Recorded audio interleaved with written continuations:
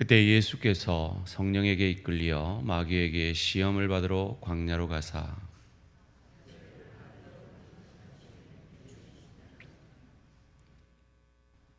시험하는 자가 예수께 나와서 이르되 내가 만일 하나님의 아들이거든 명하여 이 돌들로 떡덩이가 되게 하라.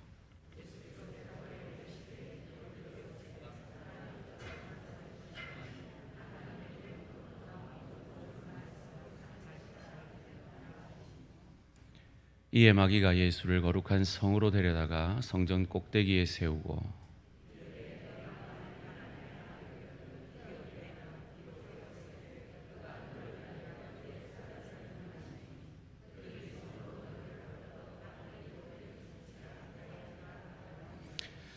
예수께서 이르시되 또 기록되었으되 주 너의 하나님을 시험하지 말라 하였느니라 하시니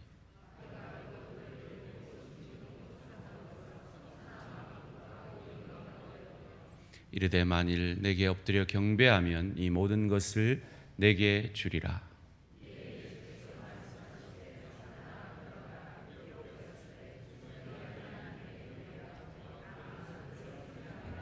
함께 읽습니다. 이에 마귀는 예수를 떠나고 천사들이 나와서 수종드니라. 아멘. 이 시간 우리 이재일 목사님 나오셔서 말씀이신 예수님이라는 제목으로 말씀 전하실 때 큰 은혜 받으시기 바랍니다.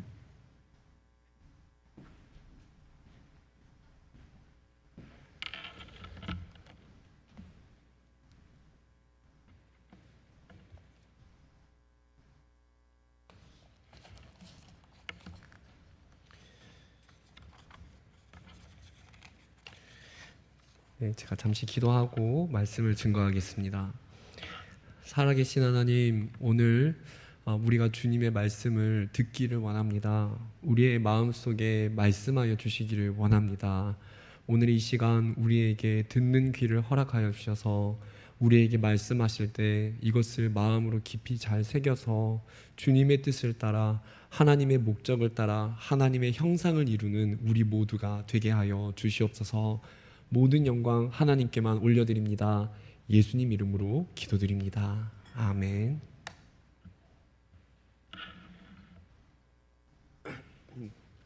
2018년 평창 겨울올림픽에서 스켈레톤 금메달을 딴 윤성빈 씨를 잘 아실 것입니다. 당시 우리나라는 썰매 분야에서는 한 번도 금메달을 딴 적이 없었습니다. 그런데 윤성빈 씨가 사상 첫 금메달을 획득함으로 전 국민을 놀라게 했었지요. 그가 이렇게 금메달을 따게 된 배후에는 그의 스승 강광배 씨의 역할이 컸습니다. 평창올림픽 당시 강광배 씨는 MBC 해설위원으로 방송을 진행 중에 있었습니다. 그는 윤성빈 씨의 스승으로 그를 제자로 발탁하여 키운 사람이었습니다. 스승 강광배 씨는 1998년부터 밴쿠버 올림픽까지 4회에 이르는 동안 썰매 종목은 모조리 출전을 하여 우리나라 썰매계를 개척한 사람이라고 할 수가 있습니다. 훈련장 하나 없던 시절에 썰매 종목을 개척하였습니다. 그가 썰매 종목에 매진하던 시절에 윤성빈 씨를 만나게 되었습니다. 그날 국가대표 테스트를 하는 날이었는데 윤성빈 씨가 그 자리에 왔다는 것입니다.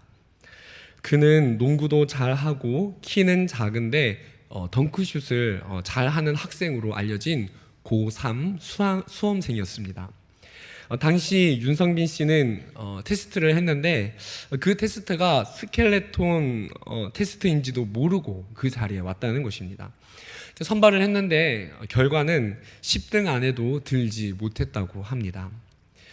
그런데 이 강광배 씨가 이제 그 자리에 있었는데 이 사람을 보면서 이제 10등 안에도 들지를 못했는데 자신과 닮은 점을 느끼게 됐다는 것입니다. 이렇게 운동 신경도 뛰어나고 그런 걸 보면서 묘하게 나랑 닮았다라고 생각을 하면서 그 매력에 이끌려서 10등 안에도 들지 못했지만 윤성빈 씨를 그 자리에서 발탁하게 되었다는 것입니다. 말하기를 그 당시에 윤성빈 씨가 어땠냐면은 운동신경은 좋은데 공부도 안 한다, 대학 가기도 힘들 것 같다, 이런 이야기를 하고 홀어머니 밑에서 아버지가 일찍 돌아가셔서 그렇게 얘기를 했다고 합니다. 자기 생각도 나고 그것이 자기의 마음을 움직인 큰 계기였다고 그렇게 말을 합니다. 자신과 닮은 윤성빈을 택한 그는 발탁한 후로 6년 뒤에 정말로 제자의 그 가능성을 보았던 대로 제자의 금메달을 보게 됩니다. 자신과 닮은 제자를 훈련하여서 스승이 개척한 길을 따라가게 하여서 금메달을 따게 한 윤성빈. 오늘 우리는 말씀을 보면서 자신과 닮은 자신의 형상을 따라 지은 사람을 만드신 하나님을 생각하게 됩니다. 하나님은 죄로 인해서 망가진 우리 인생을 이끄시고 제자로 우리를 하나님의 나라를 세우는 이 땅에 주님의 사명을 감당하는 예수님의 제자로 우리를 발탁하셨다는 것입니다. 그리고 우리가 예수님을 따라 그분을 닮아가서 그분의 형상을 닮아가서 그래서 결국 예수님의 꿈을 이루는 주역으로 하나님 나라를 세우는 제자로 우리를 만들어 가십니다. 그래서 우리는 예수님이 걸어가신 길을 보면서 그것을 닮아가야 하고 닮아갈 때 마침내 예수님의 놀라운 비전이 우리의 삶을 통해서 예수님이 꿈꾸시는 비전이 이 땅에서 우리의 삶을 통해 나타나게 되는 것입니다. 오늘 말씀을 보시면은 예수님께서 40일의 금식 기도를 하시고 마귀에게 시험 당하시는 장면이 나옵니다. 이 말씀을 통해 우리가 닮아가야 하는 예수님의 모습에 대해서 함께 알아가고 예수님이 기뻐하는 예수님 닮은 제자가 다 되시기를 바랍니다. 성도님들, 말씀이신 예수님을 어떻게 닮아갑니까? 첫 번째입니다. 우리 함께 읽어보도록 하겠습니다. 시작. 성령님의 인도하심에 순종합니다. 자, 이어서 1절과 2절 말씀 우리 이어서 읽어보겠습니다. 1절 시작. 그때에 예수께서 성령에게 이끌려 마귀에게 시험을 받으러 광야로 가사 40일을 예수님께서는 40일을 금식하셨는데 그 시작점이 나오고 있습니다. 성경의 기자가 이렇게 말을 합니다. 그때의 1절을 보시면 1절 띄워주시겠습니까? 그때에 예수께서 성령에게 이끌려라고 시작을 합니다. 예수님이 40일 금식도 하시고 마귀랑 대결을 하셨는데 성령에게 이끌려 이것이 시작이 됐다는 것입니다. 그 다음에 성령에게 이끌려 그 다음에 마귀에게 시험을 받으러라고 연결이 되어 있습니다. 이 말씀은 어떤 뜻이냐면은 성령님께서 예수님을 인도하시는데 마귀의 시험에 대비하도록, 그러니까 마귀의 시험이 올 거니까 마귀의 시험에 준비를 하기 위해서 예수님을 인도하셨다는 것입니다. 즉 예수님께서 육신의 몸을 입고 계시죠. 육신의 몸을 입으신 예수님은 마귀의 시험에 직면할 수밖에 없었습니다. 성경은 지금 육신을 입으신 예수님께서 마귀의 시험에 이기기 위해서 어떤 과정을 겪는지를 보여줍니다. 그것은 물론 광야로 나가서 금식을 한 것도 맞지만 우선적으로 이 일에는 성령의 인도하심, 성령님께서 이끌어 주심이 있었다는 것입니다. 그런데 여기서 중요한 것이 무엇입니까? 성령님이 이끄셨는데 예수님께서 반응하셨다는 것입니다. 바로 이것입니다.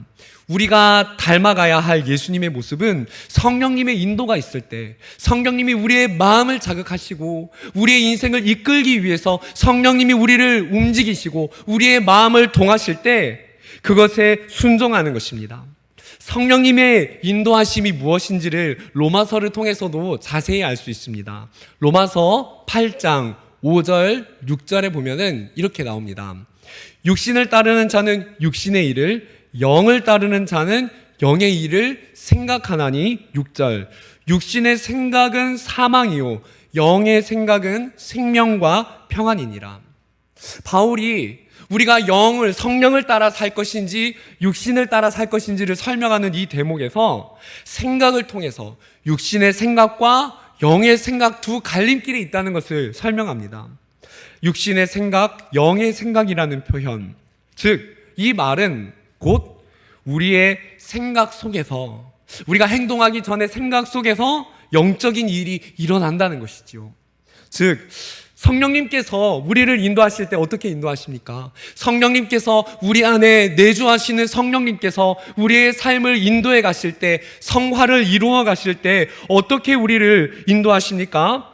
성령님이 우리를 인도하실 때 새벽 기도하고 싶은 이 생각을 넣어주시고, 기도를 해야겠다는 생각을 넣어주시고, 아 이렇게 살면 안 되는데 기도해야겠다, 기도가 하고 싶다, 말씀을 읽어야겠다는 생각을 통해서 성령님이 역사하신다는 것이지요. 그렇습니다. 성도님들, 성령의 이끄심이라는 것은 성령님께서 그렇게 하고 싶은, 그렇게 해야 하지 않을까 하는 그 생각을 우리의 머릿속에, 우리의 마음속에 넣어주시는 것입니다. 그러나 우리는 사실은 생각이 날 때 그렇게 다 하면 좋지만, 성령이 우리를 인도하실 때 우리가 그렇게 안 할 때도 있고요, 할 때도 있다는 것입니다. 우리 안에 계신 성령님께서 우리를 자극하시고 일깨우실 때, 우리의 성화를 완전히 완성해 가시는 성령님께서 우리의 마음을 일깨우실 때, 우리가 생각 속에서 그것을 깨닫기는 하지만 다 하는 것이 사실은 쉽지는 않습니다. 그런데 성도님들, 우리는 육신을 입으신 예수님을 보면서 그 모본을 따라갈 수 있는 것이지요. 오늘 연약한 우리의 모습을 가지고 완벽하신 예수님을 바라봅시다. 예수님을 보십시오. 예수님은 어떻게 하십니까? 예수님은 성령에게 이끌려, 그러니까 성령님의 인도가 있을 때, 성령님이 이끄셨을 때 그 인도하심에 순종하여 예수님은 광야로 나가셨다는 것입니다. 이런 것이지요. 우리의 마음에 코로나가 터졌는데 교회에서 기도를 많이 못하니까 기도를 해야겠다. 그래, 내가 이 시간을 정하고 기도하는 골방으로 나아가야겠다 하고 방문을 열고 무릎을 꿇는 행동까지, 내 마음에 성령님이 감동을 주셨으니까 성경책을 펴야겠다, 그 결심대로 성경을 펴는 것. 예수님은 그렇게 성령님이 인도하실 때 순종하여 광야로 나가신 것이지요. 여기서 중요한 사실 한 가지가 있습니다. 성령님은 마귀의 시험에 대비하기 위해 예수님을 어디로 인도하셨습니까? 광야로 인도하셨다는 것입니다. 성도님들, 광야는 유대인들의 인식 속에 하나님을 독대하는 장소로, 하나님을 경험하고 영적으로 훈련되는 장소로 광야를 인식하였습니다. 이 땅에 우리의 인간의 연약함을 공감하시기 위해, 동감하시기 위해 이 땅에 육신을 입으신 예수님께서 성부 하나님을 독대하는, 아버지 하나님을 독대하는 광야로 나가셨다는 것입니다. 그곳에서 예수님은 금식을 하시면서 기도하셨습니다. 바로 이 기도의 능력이 그 광야에서의 하나님을 독대하고 육신의 연약함 가운데 하나님 성부 아버지를 바라보면서 아버지께 매달리는 그 기도의 능력이 마귀의 시험을 이기게 한 것입니다. 성도님들, 성령에 이끌려 기도하는 우리 성도님들의 기도의 시간이 마귀의 시험을 이기게 하는 유일한 능력임을 이 시간 확신하시기를 바랍니다. 그렇습니다. 예수님을 닮기 위해서는 우리도 광야로 나가야 하는 것입니다. 성령님이 우리에게 기도해야 할 것 같은, 기도해야 한다는, 내가 지금 기도해야 살 수 있을 것 같은 생각이 우리의 마음에 들 때 성령님께서 마음에 조금이라도 기도하고자 하는 자극을 넣어주실 때 우리는 깨닫고 순종하고 나만의 광야의 자리로 나가야 한다는 것입니다. 사랑하는 성도님들, 성령의 인도를 따라 광야로 나아가시는 그런 성도님들 되시기를 주님 이름으로 축원드립니다. 예수님은 이 땅에서 성령의 인도를 따라 행하셨습니다. 마귀와의 시험에서 이기기 위해 광야로 나가 기도하셨습니다. 그리고 그 기도의 잔이 찼을 때, 그 시간이, 기도의 시간이 다 찼을 때, 성령님의 인도하심에 따라 기도 시간이 다 찼을 때 마귀는 예수님을 시험하셨지만 예수님은 승리하셨습니다. 성도님들, 오늘 우리에게 할당된 성령님이 요구하시는, 성령님이 감동을 주시는 그 기도의 시간을 채울 때 반드시 내 삶의 모든 마귀의 시험에서 승리하게 될 줄 믿으시길 바랍니다. 마귀는 오늘도 우리가 영적으로 실패하도록, 내가 무너지도록, 이 사건을 통해서 주님을 마음껏 원망하도록, 자꾸만 우리의 마음을 흔들도록 역사하고 있습니다. 우리가 실패하고, 그래서 우리가 유혹 가운데 넘어지도록, 때로는 어떤 문제가 부딪히면요, 화가 납니다. 가만히 있다가도 이 이야기가 나오거나 하면은 우리 마음 안에 그 상처가 다시 올라오면서 안 그래야지 생각하다가도 세상 사람과 똑같은 길을 선택하는 경우도 있고, 심하면 술을 입에 대기도 하지요. 성도님들, 오늘 이 말씀을 통해서 우리 함께 광야로 나아가는 성도님들 되기를 바랍니다. 성령의 인도를 따라 성령님이 기도해야지, 너 기도해야 돼, 말씀 읽어야 돼 라고 광야로 나와라, 너 누구누구야, 이제 광야로 나와야 돼, 너는 나를 만나야 된다, 새벽기도 나와야지, 너 집에 골방에서 기도해야지, 너 말씀 읽는 열정을 회복해야지 라고 말씀하실 때 그 음성에 순종하기를 원합니다. 코로나로 인해 기도의 진행이 힘들 수도 있습니다. 네, 오늘 정부의 공식 발표가 있었는데 교회에서 마음껏 기도하기 힘든 상황이 어제 그렇게 오는 것 같습니다. 그럴 때 성령님이 우리 마음에 생각을 주십니다. 아, 그래, 집에서라도 기도를 해야지. 경건에 대해서 우리의 마음을 자극하십니다. 성도님들, 하나님이 마음 주실 때 순종하여 광야에서, 시험에서 승리하는 우리 모두가 되기를 간절히 원합니다. 우리 다음으로 두 번째입니다. 우리는 예수님을 어떻게 닮아갈 수 있습니까? 함께 읽어보겠습니다. 두 번째, 시작. 자기 부인을 이루어 갑니다. 예, 오타입니다. 자기의 부인, 자기 부인을 이루어 갑니다. 근데 자기를 부인을 제가 오타입니다. 예, 3절과 6절 말씀을 우리 한번 읽어보도록 하겠습니다. 3절 시험하는 자가 예수께 나와서 이르되 내가 만일 하나님의 아들이여든 명하여 이 돌들로 떡덩이가 되게 하라. 6절 이르되 내가 만일 하나님의 아들이여든 뛰어내리라. 기록되었으되 그가 너를 위하여 그의 사자들을 명하시리니 그들이 손으로 너를 받들어 발이 돌에 부딪히지 않게 하리로다 하였느니라. 아멘. 오늘 3절과 6절은 각각 예수님께서 마귀에게 당하신 첫 번째, 두 번째 시험입니다. 마귀는 예수님께 돌을 떡으로 만들어라, 그리고 뛰어내려라 라고 말을 합니다. 우리는 이 부분에서 마귀의 이 말에, 마귀의 대사에 주목해 볼 필요가 있습니다. 마귀는 그냥 단지 떡을 만들어라, 그냥 뛰어내리라 라고 말하지 않았습니다. 지금 마귀는 그저 단지 예수님의 배고픔에 대해서 시험하고 있는 것이 아니라는 것이죠. 3절을 보시면 이렇습니다. 시험하는 자가 예수께 나와서 이르되 뭐라고 합니까? 내가 만일 하나님의 아들이라면, 내가 만약 하나님의 아들이라면, 마귀는 이 시험을 할 때 너가 만약 배고프다면 그렇게 말하지 않습니다. 너가 만일 하나님의 아들이라면, 마귀가 말합니다. 예수, 너가 정말 하나님의 아들이냐? 신성을 가진 하나님의 아들이라면은 돌도 떡으로 만들 능력이 있지 않느냐? 그러니까 이게 무슨 말입니까? 너가 하나님의 아들이라면은 뭐하러 여기서 고생하고 있느냐? 너가 뭐하러 이렇게 힘들게 육신을 입고 이렇게 고생을 하느냐?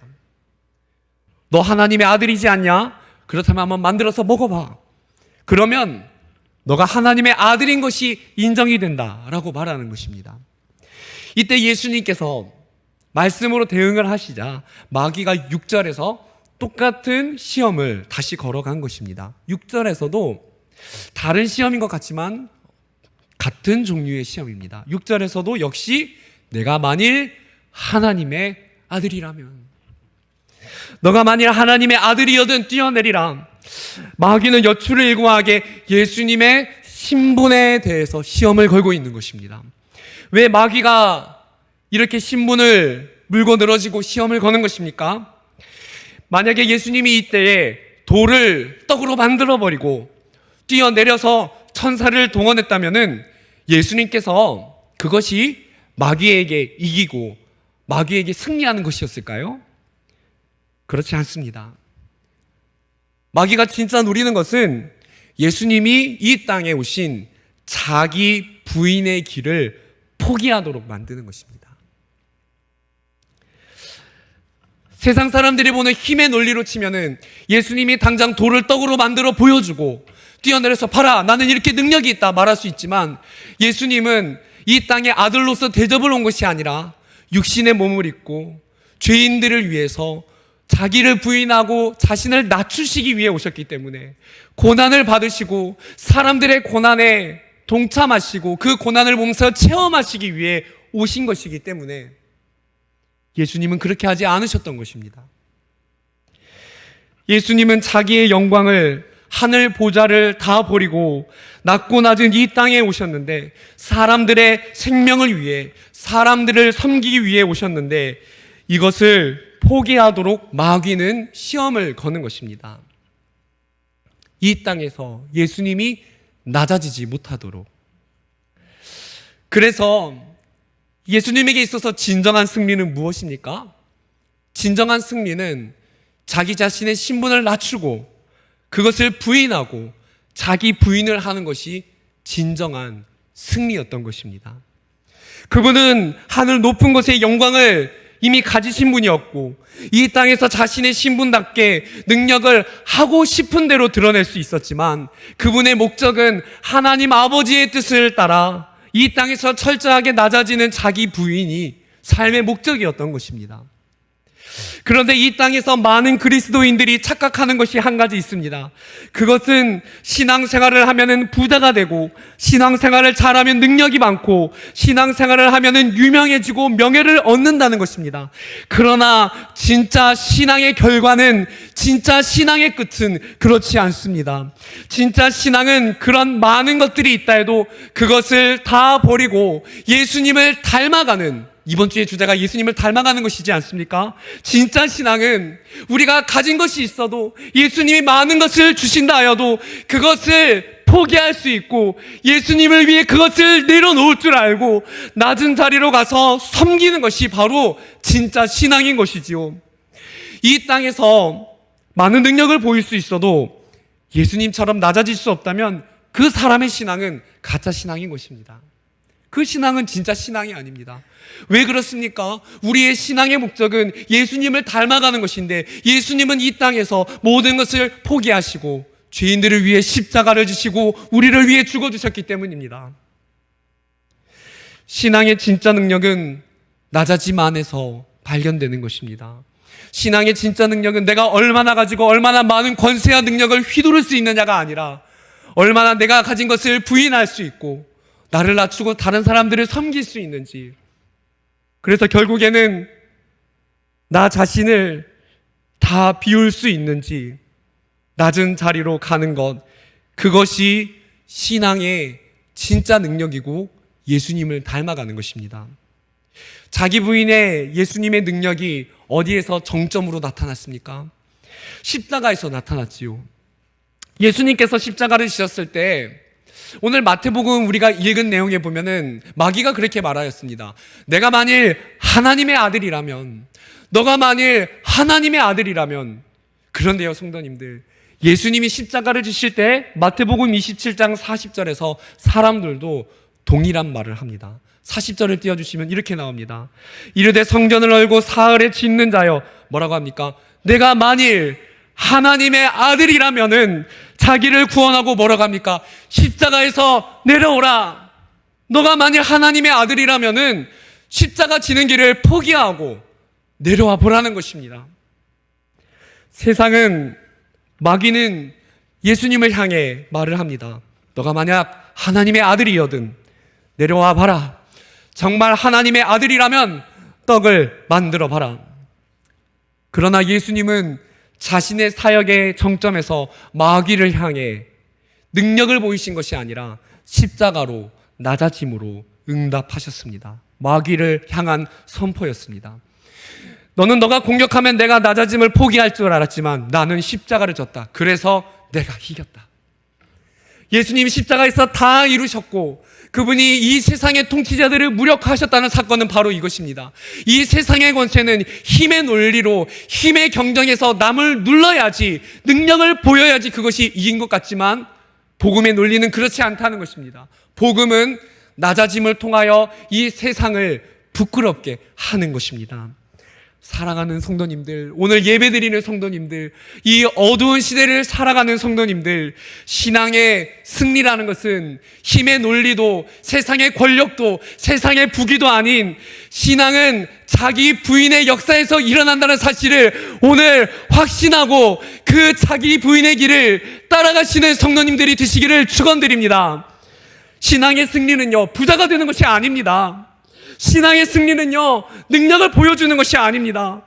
신앙의 승리는요, 나를 낮추고 교회에 나보다 못해 보이는, 학식이 없어 보이는 사람이 올 때에 예수님의 섬김을 실천하고 그 사람의 발을 씻어줄 수 있고 예수님의 뜻을 따르고 예수님을 위해서 나의 것을 내려놓고 나를 희생하면서 교회를 사랑하고 교회를 섬기는 것이지요.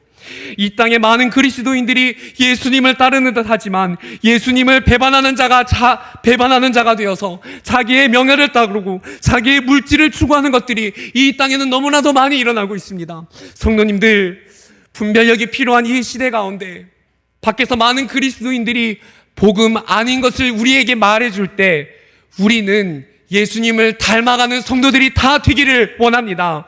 오직 낮아짐의 길만이 자기 부인의 길이 예수님을 닮아가는 것입니다. 세상의 부귀 영화, 번영 복음에 속지 않으시는 지혜로운 성도님들이 되실 줄을 믿습니다. 예수님은 오늘 이 자리를 통해 우리에게 말씀하십니다. 목적 40일을 통해 목적을 따라서 예수님을 닮기를 원한다면 버려라. 너의 것을 버려야 한다. 그리고 너의 것을 버리고 나를 따라와라. 너의 십자가를 지고 자기를 부인하고 나를 따라와라. 성도님들, 자기 부인의 십자가를 지시고 나의 명예를 지고 교회를 섬기는 것이 아니라 내 안에 십자가를 지고 교회를 함께 섬기는 그런 우리 대양교회가 되기를 원합니다. 사람들을 용서해야 될 때 그 사람을 용서해 줄 수 있고, 나의 쾌락이 찾아올 때 나의 쾌락과 내가 누릴 수 있는 유익보다도 나의 성공과 야망보다도 하나님의 뜻과 목적을 이루기를 원합니다. 우리가 만약 하나님의 아들이라면 그렇게 살아야 합니다. 마지막 세 번째입니다. 우리 함께 마지막 세 번째 읽어보겠습니다. 시작. 우리 마지막으로 4절 한 번 더 읽어보겠습니다. 4절 시작. 예수께서 대답하여 이르시되 기록되었으되 사람이 떡으로만 살 것이 아니요 하나님의 입으로부터 나오는 모든 말씀으로 살 것이라. 네, 오늘 말씀은 사실 11절까지지만 목적 40일 주제에 맞추어서 오늘은 여기까지만 해석을 하여 설명하고 마치려고 합니다.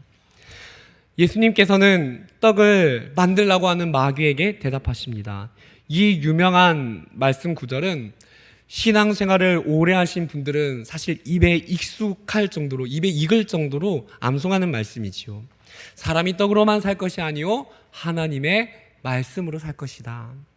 예수님은 말씀하십니다. 사람은 하나님의 말씀으로 살아야 된다. 그렇습니다, 성도님들. 우리는요 하나님의 말씀으로 살아야 됩니다. 예수님을 닮기를 원하십니까? 하나님의 말씀으로 살면 예수님을 닮을 수 있습니다. 그런데 성도님들, 그 말씀이 누구입니까? 하나님의 말씀은 바로 예수님입니다. 하나님의 말씀으로 살 수 있다. 그것이 무슨 뜻입니까? 우리는 예수님으로 인해 생명을 얻을 수가 있고 매일매일 말씀의 떡이신 예수님을 통해서 더 풍성한 생명을 얻을 수 있다는 것이죠. 예수님은 어떤 분이십니까? 예수님은 참으로 하나님의 말씀을 완벽하게 순종하신 분이십니다. 하나님께 말씀에 순종하여서 하나님의 말씀이 무엇인지를 삶으로 보여주셨습니다. 그래서 예수님을 말씀이시다. 말씀을 완전히 이루신, 말씀에 완전히 순종하신, 말씀이란 어떤 것인지 삶으로 보여주셨기 때문에 그래서 예수님을 말씀이라고 하는 것이죠. 조금 어려운 설명일 수도 있지만 잠깐 설명을 드리겠습니다. 이 말씀이라는 단어의 원어는 이 헬라어로 여러 뜻이 있습니다. 이 말이라는 단어, 말하다라는 헬라어 단어는 처음에는 원래는 기원이 수집하다, 열거하다, 목록을 제시하다. 그러니까 성도님들, 우리 책을 보면 앞에 목록이 있지 않습니까? 목록을 제시하다, 평가하다, 추정하다 등등의 그런 근원적인 뜻이 있습니다. 이 말은 무슨 뜻입니까? 어떤 사실을 규정한다, 어떤 사실을 정확하게 판단하여서 알려주는 역할을 한다는 것입니다. 그래서 이 땅의 모든 것들에 대해서 그것을 논하고 평가하여서 그것을 평가하는 성격이 있다는 것이지요. 자, 성도님들, 그래서 사람이 말을 하게 될 때 그 말이 어떻습니까? 말을 들어보면은 그 말에는 사람의 기준이 담겨 있습니다. 말을 들어보면은 그 사람이 생각하는 나름대로의 가치관이 있고 그 사람의 기준이 그 말 속에 담겨 있습니다. 그래서 헬라어로 이 말이라는 단어는 원래 수집하다, 열거하다, 평가하다, 논하다라는 그런 의미가 있었다는 것입니다. 이 헬라어가 이런 뜻에서 더 나아가서 헬라 철학에서 어떤 의미로 쓰이는 줄 아십니까? 이 말이라는 단어는 그래서 온 우주의 시작점에서 모든 것을 창조하고 우주를 지배하는 이성적인 원리, 우주를 생성한 창조적인 에너지 혹은 우주를 생성시키는 신적인 존재를 의미하는 단어가 바로 말씀 혹은 우리가 흔히 알고 있는 헬라어 로고스라는 단어입니다. 그래서 요한복음 1장에서 말씀이신 예수님이 이 땅에 나타날 때 창조주이신 예수님을 말씀이시다, 로고스이다라고 성경에서 그렇게 표현하는 것입니다. 성경에서 제2위 성자 예수님을 말씀이시다라고 표현하는 것은 요한복음과 히브리서 두 군데입니다. 왜 그렇습니까? 당시 헬라 철학에서 쓰이던 단어의 관념을 이해시키기 위해서 예수님은 말씀이시다. 너희가 헬라 철학가들 속에서 너희가 그렇게 생각하던 그 신의 존재가 바로 예수님이시다.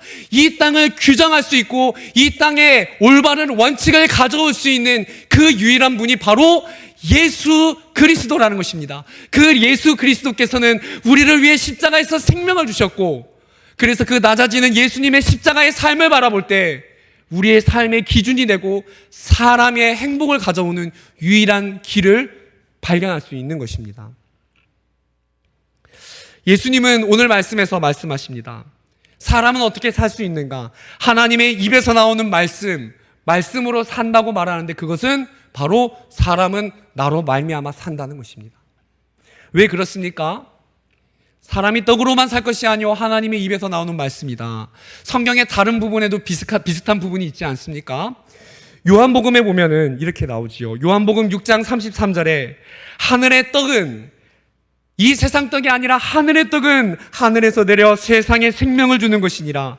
35절에서 예수께서 이르시되 나는 생명의 떡이요 내게 오는 자는 결코 줄이지 아니할 터이니 나를 믿는 자는 영원히 목마르지 아니하니라.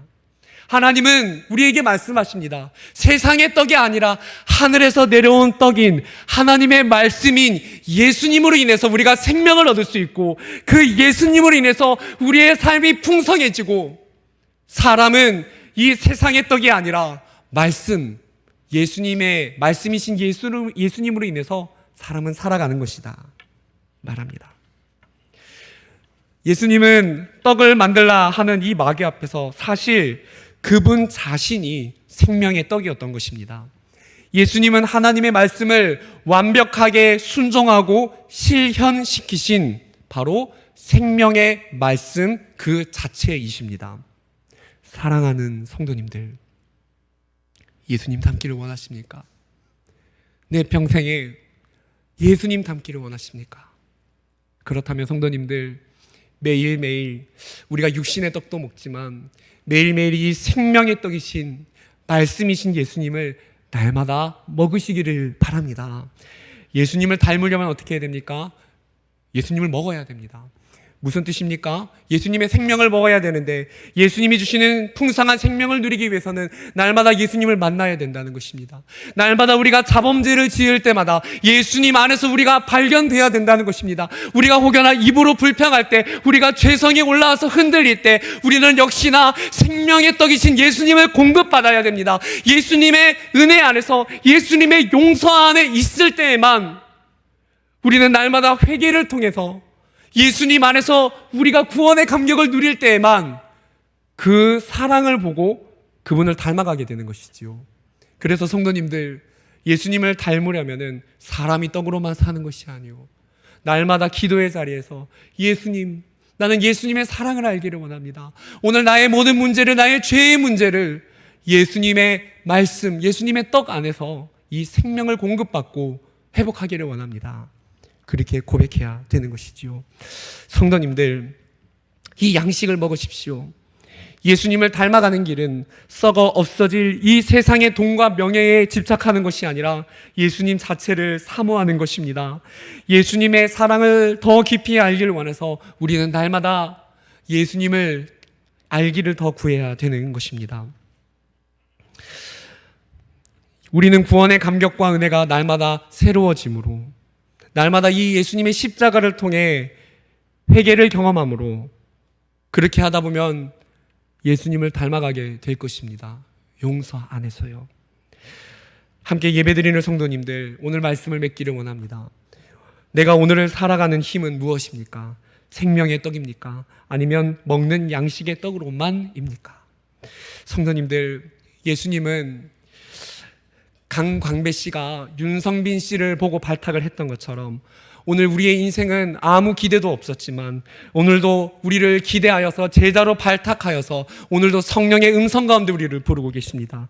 죄로 인해 소망 없던 우리를 제자로 불러내시어 예수님의 꿈을 이루게 하십니다. 함께 우리 모두 예수님의 형상을 이루어가므로 이 세상에서 예수님의 빛을 증거하시는, 예수님의 꿈을 이루어드리는 예수님 닮은 성도님들 되시기를 주님 이름으로 축원드립니다. 함께 찬양하고 기도하겠습니다.